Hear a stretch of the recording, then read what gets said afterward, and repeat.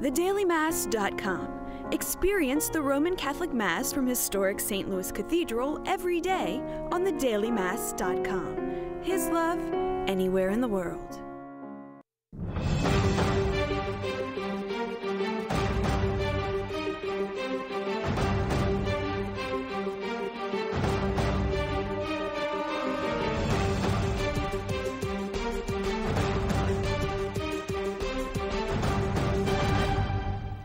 Good evening, I'm Margaret Dubuisson, filling in for Sarah McDonald. And I'm Jason Angelette. Welcome to Issues in Faith. Well, we're getting very close to the end of the carnival season. Mardi Gras is around the corner, and then so is Lent. Yeah, we've got a great interview today with Nick Alvarez talking about some practical ways families can make their way through Lent prayerfully and with some reflection and some actual things you can do to... You know, that is so important to you know, when we get like Advent and Christmas, you know, we get so caught up in all the things that we got to do for work, or maybe things we got to do around the house, or even things we got to do for Christmas, like as far as getting gifts and buying the foods and stuff like that and planning. But we just kind of lose sight of that spiritual preparation. And I feel like what a wonderful opportunity it is when we dive into that spiritual opportunities, like the doing different things like the CRS, and how we can grow in that. Lent is a good time because it gives you that little spiritual break that you need to kind of get ready. Yeah, and to dive deeper and to really to challenge ourselves, allow ourselves to be challenged, allow ourselves to carve out that time. And then now's a good time to start thinking about what we can either give up or what we can start doing more in our faith. Yeah.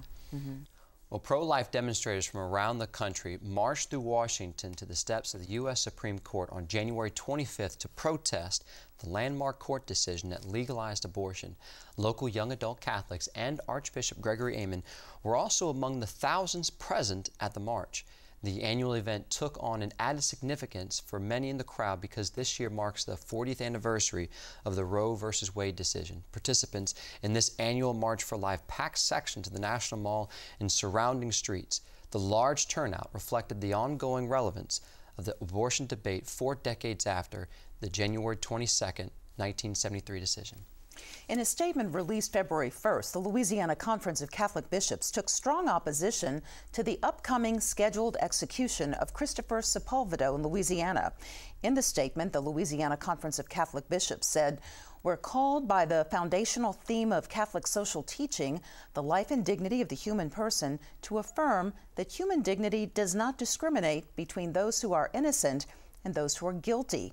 We in no way condone the actions of Christopher Sepulveda. At the same time, we acknowledge the Christian power of reconciliation and redemption, which Christopher has embraced." Sepulveda's execution is scheduled for Ash Wednesday, February 13th.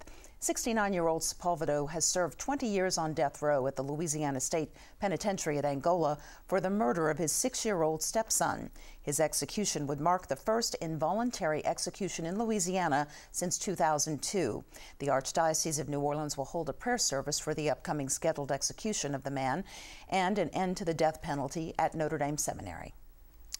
Pope Benedict XVI's message, Lent message, was the people open to God's love, and when they can, love Him, in Him, and like Him.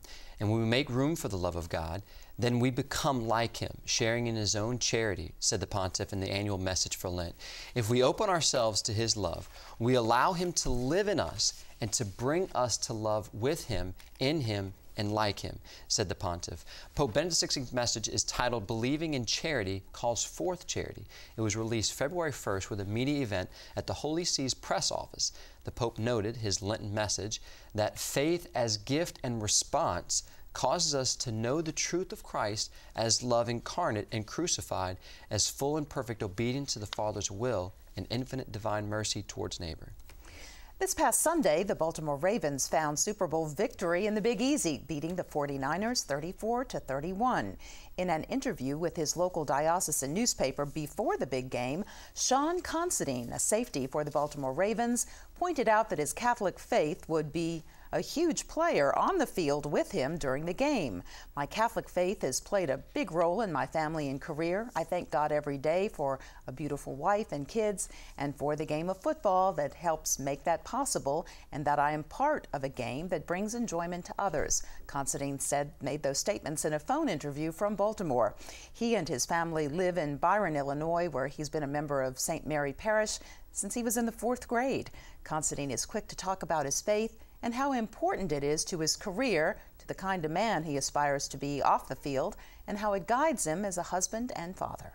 And as our city recovers from Super Bowl festivities and gears back up again for Mardi Gras, our Catholic community is preparing for the oncoming season of Lent that follows. Around our Archdiocese, you may notice these small boxes from CRS Rice Bowl appearing, formerly Project Rice Bowl. CRS Rice Bowl offers meaningful ways for Catholics to embrace Lent this year.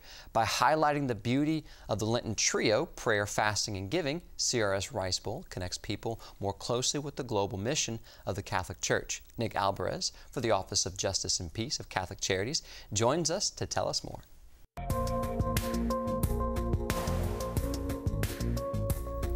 Nick, thanks for joining us this evening. It's good to have you here. It's great to be here, Margaret. Tell us what CRS Rice Bowl is. CRS Rice Bowl is the official Lenten program of Catholic Relief Services, and it calls on Catholics during this Lenten season to pray, fast, and give in solidarity with our sisters and brothers around the world. So why a rice bowl? What's the symbolism or the meaning of that? And explain the significance about the rice bowl when we're talking about the global community. Well, you know, Margaret, 1.4 billion people around the world live in extreme poverty. And for many, the rice bowl is what they gain their basic sustenance from. Oftentimes it's rice and beans. That's their daily bread. And by giving through the rice bowl, we are able to fill their bowls around the world. And maybe do a little better than just rice, right? Yeah, absolutely. That's what we'd like to do. Well, and it's CRS Rice Bowl is not just a little bank, because the little rice bowl is actually a little cardboard bank. It's more than that. It comes with tools and reflections and ways for the participants to really experience in solidarity with what these billions of people you're talking about go through. What are some of the tools that CRS provides to facilitate that? Well, in every rice bowl, there's a Lenten guide, and there's a weekly reflection that comes from a country around the world that CRS has programs in.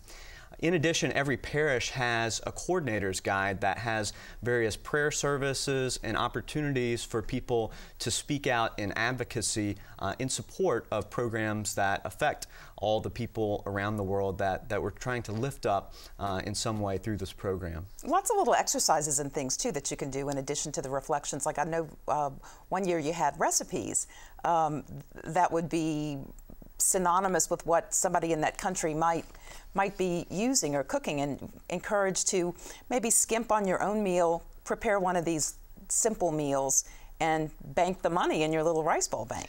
Exactly. The recipes have always been something popular, especially in this Lenten season when we're looking for good meatless recipes, and it's a way to connect with people around the world, and as you said, save a little money and put that towards the rice bowl. And this year CRS has totally revamped all their resources, and so they've really put a lot of time into that, and they've connected those resources with a great online website that people can go to access these resources as well. When you talk about the resources, I think it's especially meaningful for children, these little exercises and reflections. It helps them to, instead of just giving up that half hour of TV or whatever it is that they give up for Lent, this gives them things that they can do, like concrete ways to kind of exercise their faith.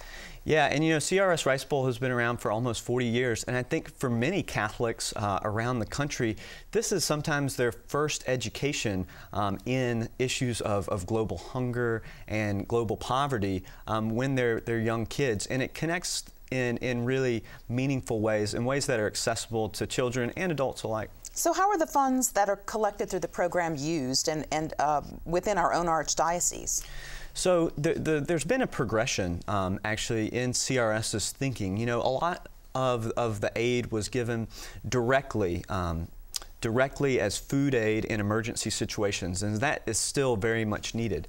But the money is also used now for agricultural development to help farmers to really sustain their own farms, so that we're not just giving commodities, but we're also giving technical assistance so that the farmers can really tend to their own farms. Also clean water projects and small loans. That's 75% of everything that we take in, and 25% stays here in our Archdiocese. And there's hunger here too. Absolutely. And our Catholic Charities Agency works to advocate and to provide services to help all those that are in need, both globally and locally. If you want to get one of the little cardboard rice bowls, how do you go about doing that? So you can go to the website, www.crsricebowl.org. We're going to give that again before we finish. And sign up. That easy. That's that easy. It's an initiative, as you said, of Catholic Relief Services. So tell us what Catholic Relief Services is and what they do. Catholic Relief Services is the official international humanitarian relief and development agency of the U.S. Catholic community. And so, whereas Catholic Charities works here in the United States, CRS works globally in over 100 different countries, providing some of the services that I talked about, but also doing things such as peace building, working on microloan programs, working on health, sanitation, and agriculture. It's the old teach a man to fish kind of corollary, where if you help lift someone out of poverty, maybe your job one day gets done, although we can't count on that. So. No, you're exactly right. And you know, when I was in Kenya last year with CRS, the majority of people employed by Catholic Relief Services are from the country that they're working in. And so it's people who are local to that community, who know the community, who know how to best meet those needs. How can people get involved with issues of global justice, like the CRS Rice Bowl, beyond the Lenten season, if they wanted to connect with that in another way? Well, our office is working on creating an Archdiocesan Global Solidarity Committee that we'd love for people to get involved in. Also, we'd love for people to work in their parishes to form Global Solidarity Committees within their parish or school communities to further this message year-round, because obviously there's need not just in Lent, but throughout the year, and we're ready and willing to be of service to anyone who's interested in starting some of those efforts. Nick, thank you for being with us this afternoon. It's been great, Margaret. Thank you. And if you'd like more information about CRS Rice Bowl and downloadable resources and tools to use this Lenten season, visit the website we mentioned earlier. It is www.crsricebowl.org. To get involved, check with your parish or school and tell them that you want CRS Rice Bowl to be part of your community's Lenten observances. Parishes and schools may order CRS Rice Bowl materials free of charge online or by calling 1-800-222-0025. And we'll be back in a moment.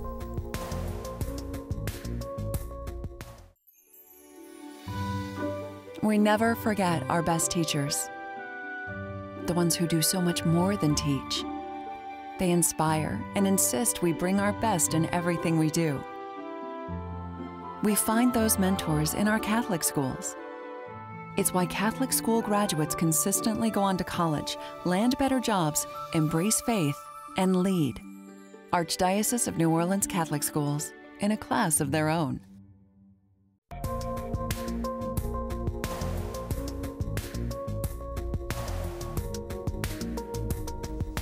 Welcome back to Issues in Faith in the Archdiocese of New Orleans. We are blessed to have a rich and diverse Catholic community. Next weekend, the Vietnamese Catholic community will hold their annual Tet Vietnamese New Year's Festival hosted at Mary Queen of Vietnam in New Orleans East. The celebration of the Vietnamese New Year is a highlight in our Archdiocese and a great way to experience the intersection of faith and culture. Joining us tonight to tell us more about the festival is Lang Ly from Mary Queen of Vietnam. Thank you very much for being with us. Thank you. So tell us, what is this celebration? The celebration, in Vietnamese culture, in terms of tradition, with the Chinese, it's the same too. It's a celebration of a new year, bringing prosperities to the families, and it's a time for a family reunion. It's 3 days festive. In Vietnam, they spend more than 3 days. It's probably close to a whole month in terms of celebration. God, Yes, and the celebration falls in terms of the lunar calendar. Okay. So Tet, which is the new year, the beginning, falls somewhere between January the 15th and February the 19th there. Okay. And it's a sign of a spring. Oh, fantastic. Well, what are some traditional ways that it's celebrated? Yes, as I mentioned, it's a 3-day festival. The first day we dedicate it to our families, our God, our ancestors. We go about visiting our families. The second day will be relatives, and the third day is devoted to your teachers. That's an important aspect of your life, and it involves the New Year Mass. It's important. We call it Giao Thừa, to get away from the old year and starting with the New Year's. And as a Catholic faith, we celebrate with New Year's Eve Mass, and that's always an important aspect of that for us. Fantastic. I mean, really just taking a big appreciation to the most important things, our God, our family, our friends, and our teachers too. That's fantastic. So tell us, so it's coming up next weekend, February 15th through the 17th, at Mary Queen of Vietnam Church. And then who puts the festival on together every year? Actually, the festival is actually the 15th through the 17th, but the actual New Year Day is February the 10th, which falls on a Sunday. That's the first day of date, and then the festival we're celebrating is Friday, February the 15th through the 17th, and it's celebrated at Mary Queen of Vietnam Church out in New Orleans East. Well, fantastic. Well, tell us too, what kind of activities can someone expect going to the event? If you're from New Orleans, you know we're all about festivities, especially. This is fitting right in with us. Especially, you know, just right after Mardi Gras. So it's live music, especially the food. If you love Vietnamese food, there's pho, there's fried bananas, there's this special duck eggs that you have to try. Yes, so it's rides for the kids. It's fun and festival, and it's time just to come out, enjoy, and relax, and just be with families and friends. And we get a lot of families and neighbors in the Gulf Coast regions that comes out, you know, from Texas. Like I said, it's a reunion time, and we're getting more and more of our American communities coming out. And especially, you know, we have 2 American bands that play. One played on Saturday and Saturday. It's the Weather Band and the Groovy 7. I don't know if you heard of them, but that sounds fantastic. Well, also too, the fees. What kind of fees are associated? It's free admission. Really? It's free admission. That's why we encourage everybody to come out. Get you a chair if you want to sit in the middle of the area and just, you know, listen to music. And it's open to all, and we encourage our American friends and neighbors to come out and celebrate with us. And enjoy the culture and the festivities. So, what specifically does the festival benefit? This is our parish main capital campaign for our development of the land across our church for our Marian Shrine, and hopefully we'll look into as a pilgrimage site. And we also talked about a walking path, because you know, everybody's looking to a healthy lifestyle. We have seniors, we have, you know, children, and all groups, you know, walking. So this will give them a chance to, you know, do it in a healthy, spiritual way. Well, we need that. Well, tell us about the background of the Vietnamese community in the Archdiocese of New Orleans, and how the culture and the faith intersect together.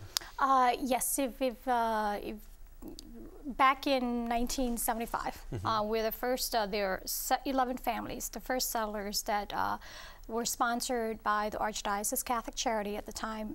Bishop Hannon, he helped us settle in there. Actually, my family was one of the first 11 families. That's great, you know, settled Versailles Arms apartment. That's how we got the name Versailles. So our Vixo was like deep down.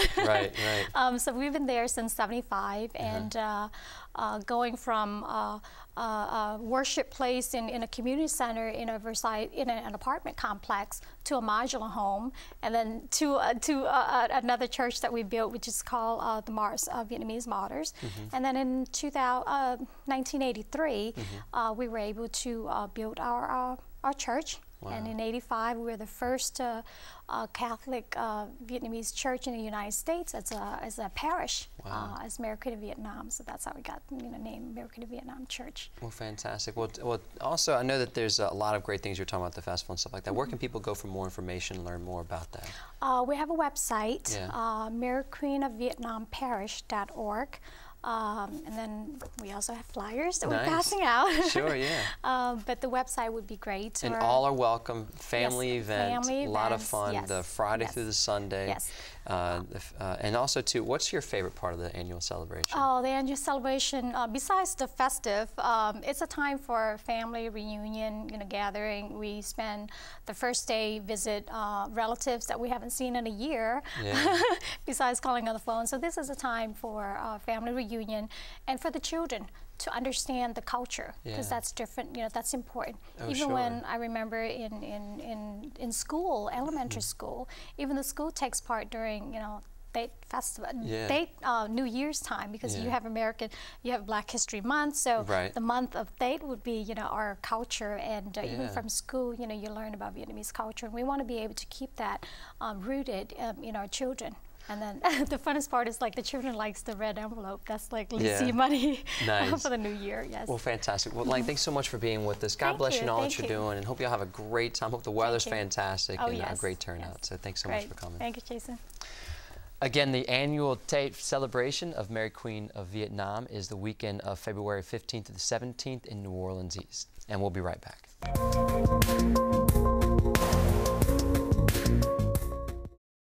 I'm here today inside historic St. Louis Cathedral, a place where WLAE has broadcast the daily Mass for more than 25 years. A recent PBS ruling ensures that this valuable service will continue on WLAE for those looking for daily inspiration, and for the many who are homebound or in our area hospitals who can't attend Mass. But in order to continue to provide the Mass every day, we need your financial support now more than ever. I'm asking you to please consider donating today. We have numerous partnership opportunities available. For as little as $32 a month, you can help fund the televising of the Daily Mass, a program that lifts the spirit and enriches the lives of so many of our viewers. And for a donation of $50 or more, we will send you this beautiful signed poster of St. Louis Cathedral as our gift. Please send your contributions to WLAE TV, 3330 North Causeway Boulevard, Metairie, Louisiana 7002, or to donate online, log on to WLAE.com and click on the picture of St. Louis Cathedral. For more information on partnership opportunities, call 504-866-7411. At WLAE, we've worked hard to keep the Mass on the air. Now we need your financial support to keep it going. I know that you'll help us if you can. Thank you, and God bless.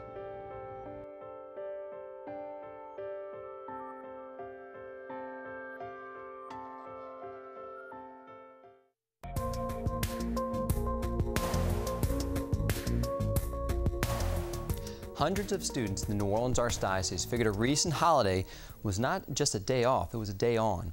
The Office of Black Catholic Ministries teamed up with a lot of other ministries and departments to celebrate Martin Luther King Day by serving others. Janet Gross has our story. Not the usual way they spend their day off of school, but that was kind of the point, to help out, not sleep in. Chose not to.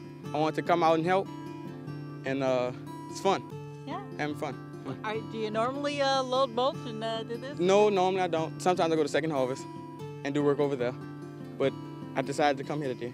Hundreds of teens met early at Jesuit for their Martin Luther King Day on, not off assignments. And that's what this day is all about. That's what the dream of Dr. Martin Luther King is about.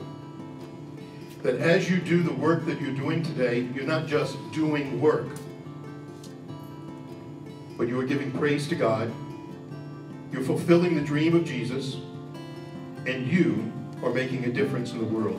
Scattering to several sites across the Archdiocese, they put feet to their faith. Some shoveled mulch and pushed wheelbarrows. Others set up seats and pushed wheelchairs.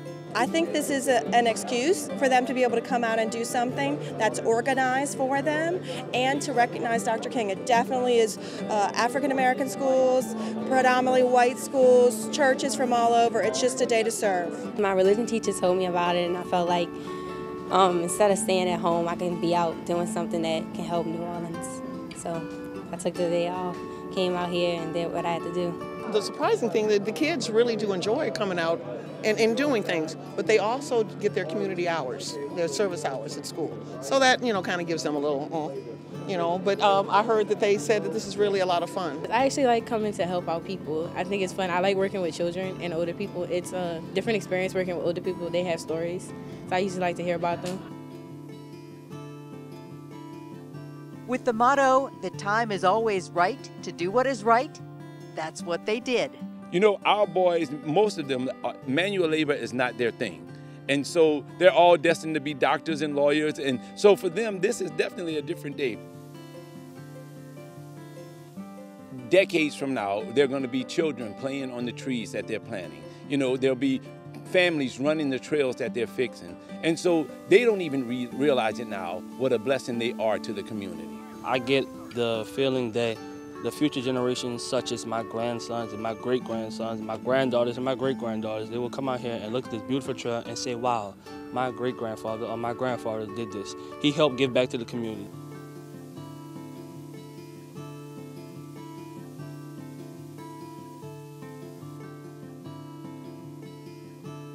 I feel like today shouldn't be just a day to relax or a regular day off from school. Since we're here, right now, we're here to show that we're not just spending today as like another day off. It's actually a purpose for today. So they spent their day off doing good, celebrating a legacy, and perhaps starting one of their own. I'm Janet Gross for Issues and Faith. This is the 4th year for the Day On, Not Off effort. Each year, the numbers of teens volunteering grows, with some 300 showing up this year. Thanks for tuning in this week. If you have a question for us or you have an idea for a story you'd like to see on the air, write to us at Issues and Faith, 3330 North Causeway Boulevard, Suite 345, Metairie, Louisiana, 70002, or email us at questions@wlae.com. Also, if you've missed an episode, you can catch up online at www.archdiocese-no.org. And that's our program for this evening. Thanks for joining us on Issues and Faith. We'll be back next week. Hope you join us again soon. Until then, God bless.